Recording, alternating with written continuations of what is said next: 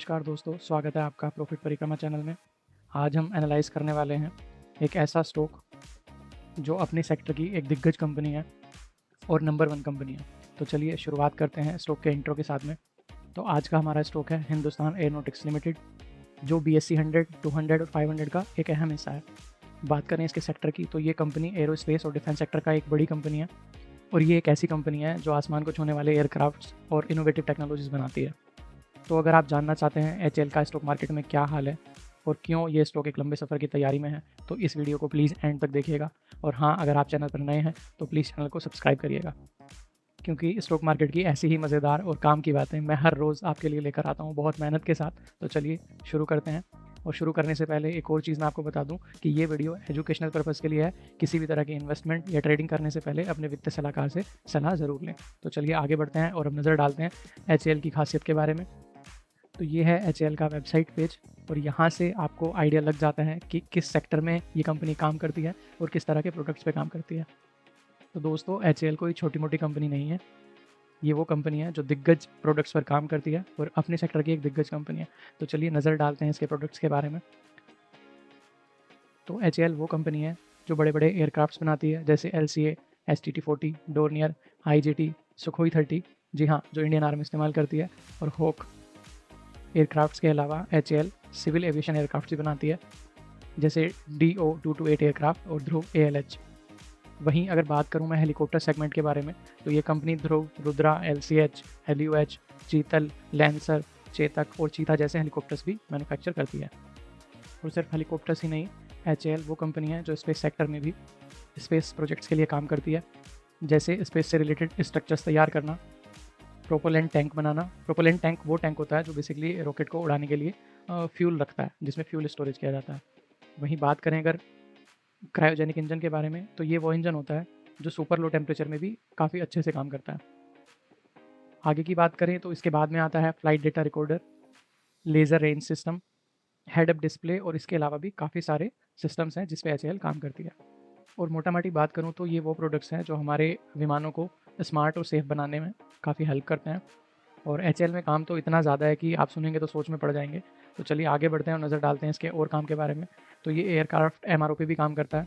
MRO यानी maintenance, repair and ओवरहोल। तो इसका मतलब ये है कि HAL सिर्फ एयरक्राफ्ट्स बनाता ही नहीं है, बल्कि उनकी मेंटेनेंस, रिपेयर और अपग्रेडेशन का काम भी करता है। एयरक्राफ्ट्स के अलावा MRO सर्विसेज हेलीकॉप्टर्स के लिए भी दी जाती है। वहीं MRO के अलावा बात करूँ तो पावर प्लांट सर्विसेज में भी HAL काफ़ी बड़े स्केल पे काम करता है। इसके अलावा HAL वो कंपनी है जो instrument, fuel, mechanical, communication, navigation और रडार सिस्टम्स पे भी काफ़ी बड़े स्केल पे काम करती है। वहीं अगर बात करें इनोवेशन के बारे में, तो HAL लिमिटेड इनोवेशन सेक्टर में भी काफ़ी बड़े स्केल पे काम कर रही है। इनोवेशन में सबसे पहले नंबर आता है IMRH का। IMRH यानी इंडियन मल्टी रोल हेलीकॉप्टर, जिस पर HAL काम कर रही है, और ये एक काफ़ी दमदार और मल्टी फंक्शनल हेलीकॉप्टर है। फिर आता है HAL का एक और ज़बरदस्त इनोवेशन, जिसको कैट्स के नाम से जाना जाता है। कैट्स का मतलब होता है कॉम्बैट एयर टीमिंग सिस्टम, और ये एक ऐसा फ्यूचरिस्टिक प्रोजेक्ट है जहाँ पर मैन्ड एयरक्राफ्ट और ड्रोन साथ में मिलकर काम करेंगे। इसके अलावा HAL UAV प्रोजेक्ट पे काम कर रहा है। साथ ही HAL ने हमारे देश के लिए LCA MK-IA भी बनाया है। इसका मतलब है light combat aircraft mark 1A। ये वो फाइटर जेट है जो हमारी एयरफोर्स की जान है। तो ये था HAL का प्रोडक्ट पोर्टफोलियो, और अब बात करते हैं HAL के कस्टमर्स के बारे में।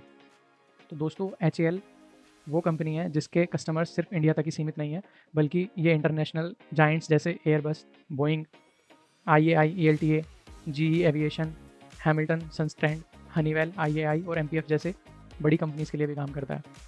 वहीं इसके अलावा HAL MCG Mauritius, Namibian air force, Nepal army, Rolls Royce PLC, Royal Malaysian air force, Rosoboronexport Russia, Suriname air force and Safran France के लिए भी प्रोडक्ट्स बनाता है, यानी एक्सपोर्ट करता है।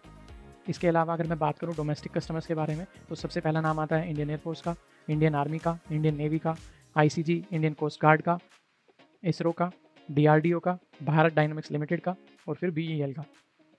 वहीं इनके अलावा कुछ और नाम भी हैं, जैसे Mazagon dock limited, Cochin shipyard and GRIC। तो दोस्तों, ये HAL के domestic and international major customers हैं। साथ ही अगर मैं ग्लोबल अप्रोच की बात करूं, तो ग्लोबल पहुंच में भी HAL कमाल का काम कर रहा है, और ये यूनाइटेड अरब एमिरेट्स जैसी कंट्रीज़ के लिए भी काम कर रहा है। चलिए अब नज़र डालते हैं HAL के बिजनेस समरी पर। तो जैसा हमने अभी डिस्कस किया था, HAL हेलीकॉप्टर्स, एयरक्राफ्ट्स की मैन्युफैक्चरिंग करती है और उनका रिपेयर मेंटेनेंस भी देखती है। इसके साथ ही HAL रिसर्च एंड डेवलपमेंट में भी इन्वॉल्व है। और HAL वो कंपनी है, या ये कहूँ कि HAL वो इकलौती कंपनी है जो इंडिया के डिफेंस प्रोग्राम में काफ़ी बड़ा स्ट्रेटेजिक रोल प्ले करती है। चलिए अब नज़र डालते हैं HAL की परफॉर्मेंस के बारे में। तो 20 सितंबर को HAL का क्लोजिंग प्राइस था 4,333 रुपये का, और एक दिन में इसने 2.40% के रिटर्न दिए हैं। वहीं अगर बात करें इसकी एक हफ्ते की परफॉर्मेंस के बारे में, तो एक हफ्ते के रिटर्न्स नेगेटिव -6.7% हैं। एक महीने में भी नेगेटिव रिटर्न्स दिए हैं लगभग 8.5% के, जो माइनस में है क्योंकि नेगेटिव है। बात करें 3 महीने की, तो 3 महीने में -18% के रिटर्न्स इसने दिए हैं। यानी कि पिछले 3 महीने में जिसने भी इसमें इन्वेस्ट किया है उसने कोई प्रॉफिट नहीं कमाया है। अगर बात करूँ ईयर टू डेट के बारे में, तो ईयर टू डेट पे 4.54% के रिटर्न्स हैं। एक साल में 117% के रिटर्न्स हैं। वहीं 3 साल में इसने लगभग 530% के रिटर्न्स डिलीवर किए हैं। अब नज़र डालते हैं इसके चार्ट्स पर। शुरुआत करते हैं एक महीने के चार्ट के साथ। तो ये है HAL का एक महीने का चार्ट, जिसमें आप देख सकते हैं कि काफ़ी अच्छी खासी गिरावट है। 4,950 से इसने गिरना शुरू किया था, और अगर इसके लो की बात करें तो एक महीने का लो 4,172 रुपये है। चलिए नज़र डालते हैं तिमाही चार्ट पर। तो 3 महीने के चार्ट का हाल भी कुछ ऐसा ही है, और -17.64% के रिटर्न्स हैं जो नेगेटिव में है, और 5,669 इसका हाई प्राइस रहा है 3 महीने का। अगर बात करें लो प्राइस की, तो 4,172 रहा है। तो मोटा मोटी आप समझ सकते हैं कि लगभग 5,500 से इसने गिरना शुरू किया था, और अभी तक ये 4100 रुपये के आसपास ट्रेंड कर रहा है। बात करते हैं 6 महीने की परफॉर्मेंस के बारे में। तो 6 महीने का चार्ट हमें पॉजिटिव दिखाई देता है, और 6 महीने में इसने 45% के रिटर्न्स दिए हैं। साथ ही एक डिविडेंड भी दिया हुआ है। 6 महीने का हाई प्राइस रहा है 5,674 रुपये का, वहीं लो प्राइस रहा है 2913 का। बात करते हैं एक साल के चार्ट की। तो एक साल के चार्ट में हमें 2 बार डिविडेंड और 1 बार स्प्लिट दिखाई पड़ता है। एक साल के रिटर्न है 117% के, लो प्राइस है 1767 रुपये का, और हाई प्राइस है 5674 रुपये का। तो एक साल के से पहले अगर किसी ने इसमें इन्वेस्टमेंट की थी, तो उसने काफ़ी अच्छे रिटर्न्स, साथ ही 2 बार डिविडेंड और स्प्लिट का भी बेनिफिट उठाया है। तो जैसा मैं हर वीडियो में बोलता हूँ, मैं हमेशा इन्वेस्टमेंट की बात करता हूँ, इन्वेस्टमेंट को सपोर्ट करता हूँ। अगर आप इन्वेस्टमेंट के साथ साथ टाइम भी इन्वेस्ट करते हैं, मनी के साथ टाइम इन्वेस्ट करते हैं, तो आपके लिए ज़्यादा अच्छे रिटर्न्स मिलते हैं। चलिए बात करते हैं इसके 5 साल के बारे में। 5 साल की बात करें तो 5 साल में HAL ने लगभग 1,046% का रिटर्न दिया है।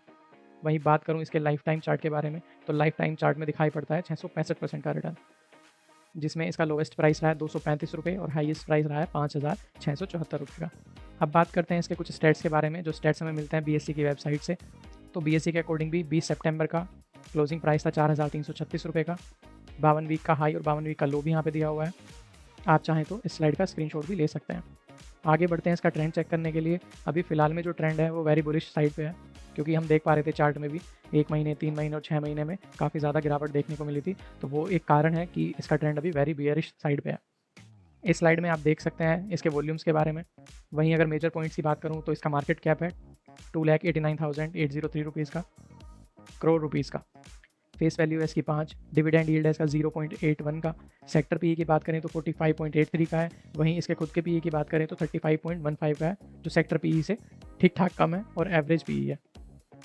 अब चलते हैं इसके सीजनल एनालिसिस की तरफ। बात करते हैं इसके 7 साल के बारे में। तो 7 साल में से 5 साल में ऐसा हुआ है कि सितंबर महीने में HAL ने नेगेटिव रिटर्न्स डिलीवर करे हुए हैं। अगर नेगेटिव एवरेज रिटर्न्स की बात करूँ तो नेगेटिव साइड पे इसने -7.13 के एवरेज रिटर्न्स दिए हैं। अगर मैक्सिमम नेगेटिव की बात करूँ तो लगभग 13% हो जाता है। वहीं अगर पॉजिटिव रिटर्न्स की बात करें तो पॉजिटिव रिटर्न में एवरेज आता है 5.41% का, और मैक्सिमम पॉजिटिव आता है 8.65 का। एक बार डिटेल्स चेक कर लेते हैं इसके सीजन्स की। इस स्लाइड का आप स्क्रीनशॉट भी ले सकते हैं। यहाँ आप देख सकते हैं कि 2019, 20, 21, 22 और 23 के एनुअल रिटर्न्स अवेलेबल हैं, और 2018 और 2024 के हर महीने के रिटर्न्स अवेलेबल हैं।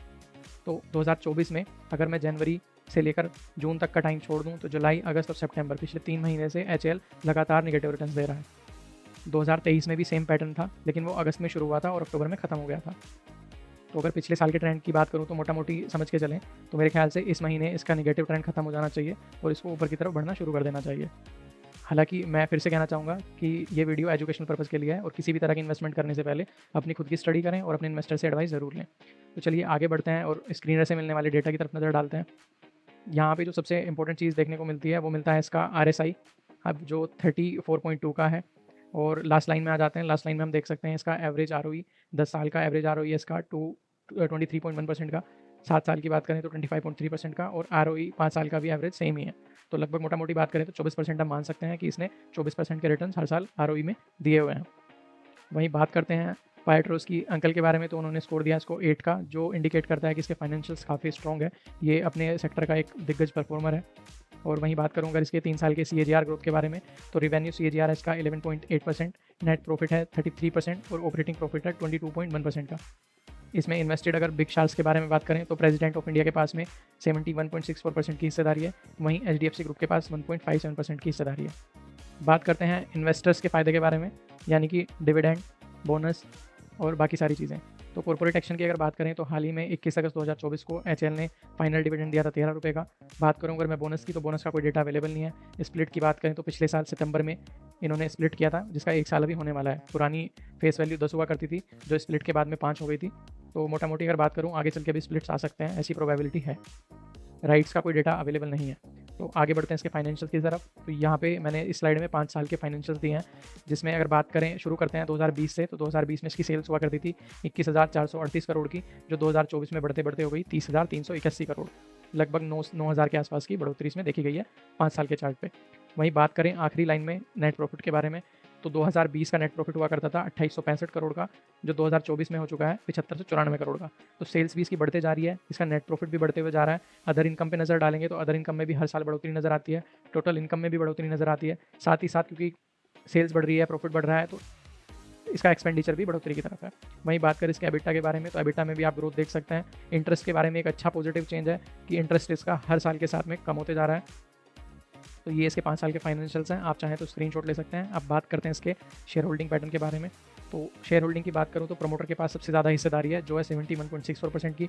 सेकंड नंबर पे हिस्सेदारी आती है FII के पास, जिन्होंने 11.68% खरीदा हुआ है। वहीं DII ने 8.81% और पब्लिक के पास में 7.86% है।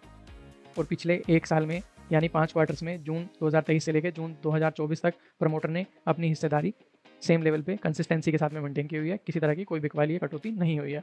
अब बात करते हैं इसके सेक्टर पीयर्स के बारे में। तो यहाँ पे मैंने 22 स्टॉक्स की एक लिस्ट अटैच की है, इसकी पीयर कंपनीज जो आती हैं एरोस्पेस और डिफेंस सेक्टर से, जहाँ पहले नंबर पे HAL का ही नाम है, सेकंड नंबर पे आता है BEL, थर्ड नंबर पर आता है सोलर इंडस्ट्रीज़, फिर आता है Cochin shipyard, BDL, garden reach, BEML और काफ़ी बड़े बड़े नाम आते हैं। तो आप इस स्लाइड का स्क्रीनशॉट ले सकते हैं। अब आगे बढ़ते हैं डिटेल पीयर कंपैरिजन के बारे में।